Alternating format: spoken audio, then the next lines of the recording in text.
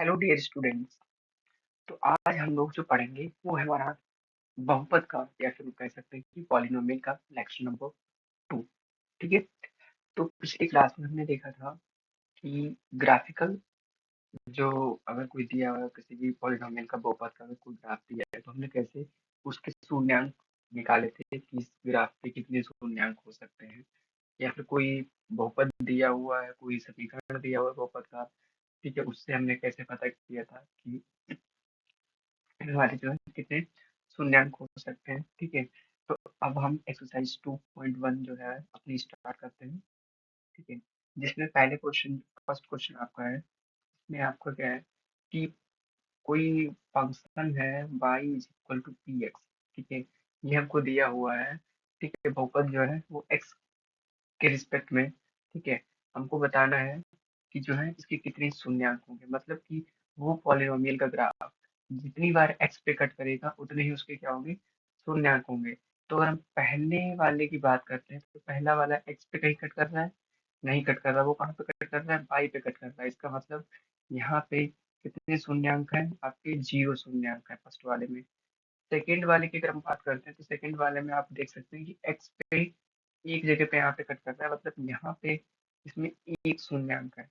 ठीक है, वहीं अगर हम थर्ड वाले की बात करते हैं तो आप यहाँ पे देखिए एक यहाँ पे कट करता है, एक यहाँ पे और एक यहाँ पे, मतलब कि थर्ड वाले में तीन शून्यंक है। ठीक है, फोर्थ वाले में अगर हम देखते हैं तो एक यहाँ पे है, एक यहाँ पे, मतलब फोर्थ वाले में दो शून्यंक है। ठीक है, अगर फिफ्थ वाले की हम बात करते हैं तो इसमें कितने होंगे, एक, दो, तीन, चार। ठीक है, चार है। वही अगर सिक्स की हम बात करते हैं तो सिक्स में आपको मिलेंगे एक, दो, तीन। ठीक है। ठीक है, तो ये हमारा एक्सरसाइज 2.1 था।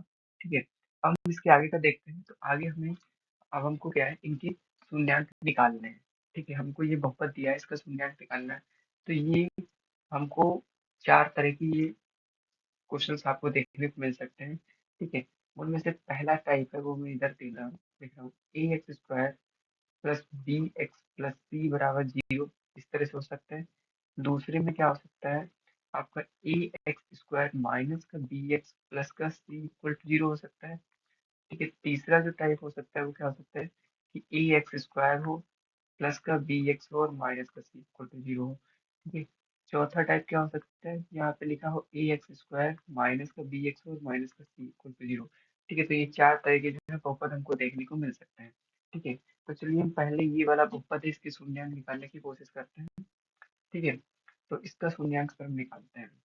ठीक है, तो ये हमारा कौन सा टाइप है, ये हमको दिया है A X square plus B X plus C equal to zero, ये आपको एक्स है। ठीक है, तो यहाँ पे अगर हम देखें तो ए का मान हमारा एक है, बी का मान पाँच है और सी का मान कितना है, छः है। ठीक है, तो सी, जो सी है इसके हमको ऐसे गुणनखंड करने हैं, अभाज्य गुणनखंड कैसे करने हैं, अभाज्य गुणनखंड करने हैं जिसके गुणनखंड, जिसका गुणा करने पे कितना आना चाहिए, छः आना चाहिए, और उनको जोड़ने पे क्या है, जोड़ने पर कितना आना चाहिए, पाँच आना चाहिए। मतलब कि इसके दो गुणनखंड, छः के कोई दो जो है गुणनखंड, अब कौन से गुणनखंड है, वो आपके अभाज्य हैं। ठीक है, अभाज्य गुणनखंड जो है कोई भी दो अभाज्य गुणनखंड को गुणा करने पे हमारा छः आना चाहिए और जोड़ने पे पाँच आना चाहिए। तो हम छः को कुछ इस तरह लिख सकते हैं कि दो गुणे तीन, मतलब कि यूँ कह सकते हैं दो कॉमा तीन। ठीक है, यहाँ पे हम गुणा नहीं कर सकते हैं, हम ये कह सकते हैं कि दो गुणे तीन जो है वो हमारे दो अभाज्य गुणनखंड है। तो अब अगर हम दो गुणे तीन करते हैं तो वो हमारा छः आ रहा है, और दो प्लस तीन करते हैं तो वो हमारा पाँच आ रहा है। ठीक है, तो मतलब यही चीज हमको रिपीट हो रही है। ठीक है, ये चीज हमको मिल गई यहाँ पे। ठीक है, तो अब हम क्या करते हैं, तो जहाँ जहाँ पे हमको पाँच दिया था, ठीक है, जहाँ जहाँ पे हमें, यहाँ पे बी जहाँ पे था पाँच, वहाँ पे हम क्या रख सकते हैं, ये लिख सकते हैं। ठीक है, और छः की जगह पे हमारा ये हो जाएगा। ठीक है, तो हम यहाँ पे लिखते हैं एक्स स्क्वायर प्लस पाँच की जगह पे हम क्या लिखेंगे, टू प्लस थ्री। ठीक है, एक्स प्लस छः बराबर कितना हो जाएगा, जीरो। ठीक है, यहाँ से क्या जाएगा, एक्स स्क्वायर प्लस कितना हो जाएगा 2x, यहाँ पे कितना हो जाएगा 3x प्लस 6 बराबर कितना हो गया 0। ठीक है, अब यहाँ से देखो x कॉमन है, यहाँ पे एक एक्स है, यहाँ पे भी एक एक्स, दोनों से अगर एक्स एक्स निकाल लेंगे तो यहाँ पे क्या बचेगा, एक एक्स यहाँ पे बच रहा है, और यहाँ पे सिर्फ और सिर्फ कितना बच रहा है, 2 बच रहा है। देखो यहाँ पे 3 है, ये 3 दोनों छोड़ते हैं, मतलब दोनों जगह पे 3 3 है, तो एक 3 अगर निकालते हैं तो यहाँ पे क्या बचा एक्स, तो यहाँ पे कितना बचा 2 बराबर 0। अब देखो ये और ये क्या है, सेम है, तो जो सेम है उसको एक बार लिखेंगे, x+2। ठीक है, फिर जो बचा हुआ है वो बराबर 0। अब इसको जो हम 0 के बराबर करेंगे, x+2 बराबर 0, एक्स बराबर कितना आ जाएगा आपका -2। ठीक है, दूसरे में क्या है कि जब x+3 बराबर हम 0 करते हैं, यहाँ पे x बराबर कितना आ जाएगा -3। यहाँ से हम कह सकते हैं कि x के जो शून्यांक है वो कितने हैं, दो शून्यांक है, एक है -2 और एक है -3। ठीक है, ये कहानी हमारी हो गई। ठीक, अब हम इसका दूसरा टाइप देखते हैं।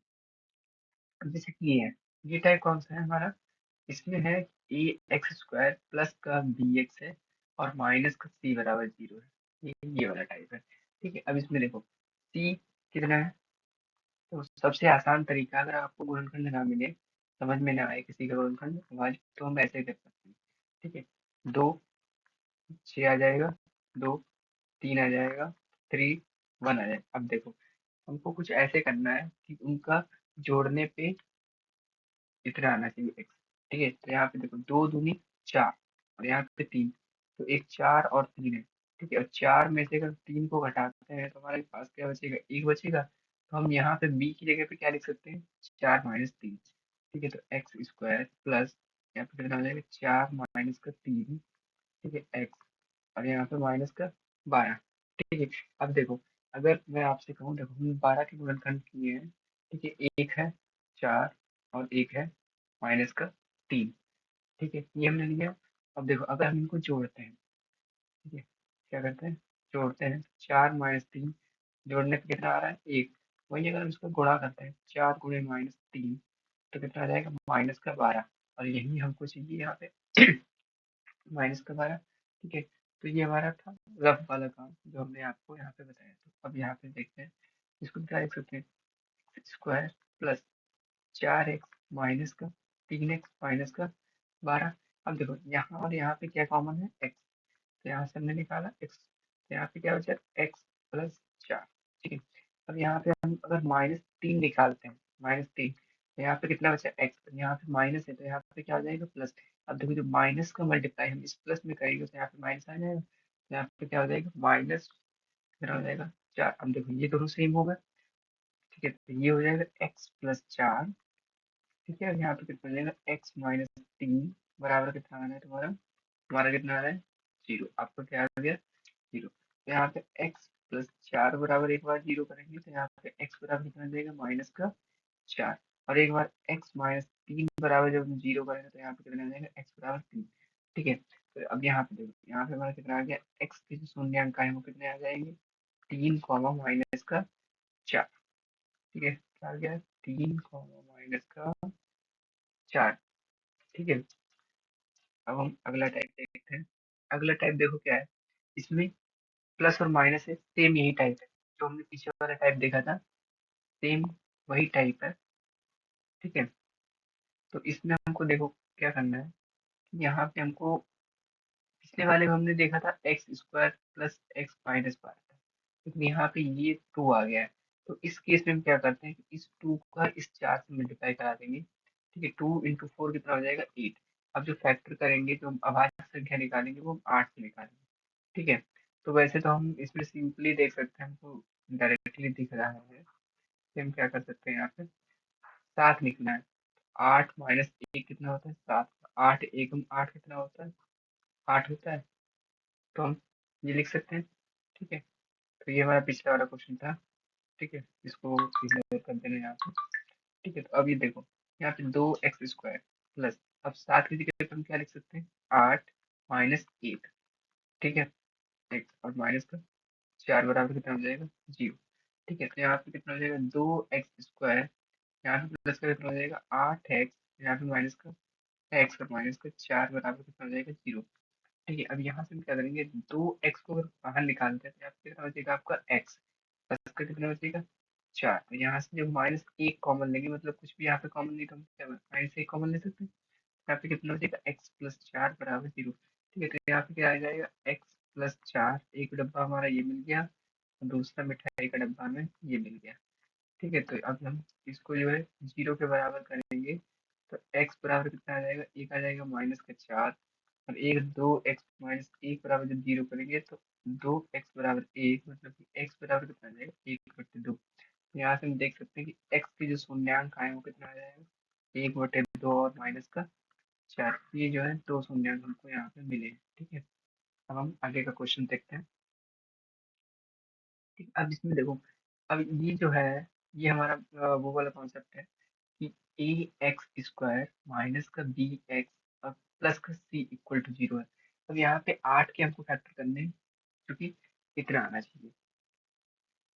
ठीक है, 8 के फैक्टर करने हैं, तो कैसे करेंगे, देखो 4 और 2। ठीक है, 4 और 2 कितना हो जाएगा, 8 हो जाएगा। ठीक है, और 4 और 2 कितना हो जाएगा, 6 हो जाएगा। ठीक है, तो x² माइनस, ठीक है, तो यहाँ पे हम क्या लिखेंगे, 4+2 6 लिख सकते हैं। ठीक है, और प्लस का 8 हो जाएगा यहाँ पे x² माइनस का 4x माइनस का 2x और प्लस का 8 आ जाएगा। देखो यहाँ से x कॉमन मिलेगा, तो यहाँ पे क्या बचेगा x माइनस का 4, और यहाँ से हम कितना मिलेगा 2 कॉमन मिलेगा, तो यहाँ पे क्या बचेगा x माइनस का 4। अब देखो, जब हम माइनस और माइनस का मल्टीप्लाई करेंगे तो ये क्या हो जाएगा प्लस। तो यहाँ से हमको क्या मिला x माइनस का 4, और क्या मिला x माइनस का 2, ये हमारा इक्वल टू में 0 चल रहा है। ठीक है, ठीक है, यहाँ पे x-4 बराबर एक बार 0 करेंगे तो हमको x बराबर कितना मिल जाएगा 4, और दूसरी बार x-2 बराबर जब 0 करेंगे तो x बराबर कितना मिल जाएगा 2। तो यहाँ से हम देख सकते हैं x के जो शून्यांक मिले हैं वो कितने मिले हैं 2 और 4। कितने शून्यांक मिल गए हमको x के, 2 मिले हैं, वो कौन कौन से 2 और 4। ठीक है, अब हम इसका अगला वाला टाइप देखते हैं। देखिए इसमें कितना है, अब ये हमारा टाइप कौन सा हो गया, ये हो गया ax² माइनस का bx और माइनस का c इक्वल टू 0। ठीक है, तो चलिए अब देखिए, अब 12 को हमको इस तरह तोड़ना है ताकि उनको ऐड करने पे 4 आना चाहिए। ठीक है, कैसे किया जाए,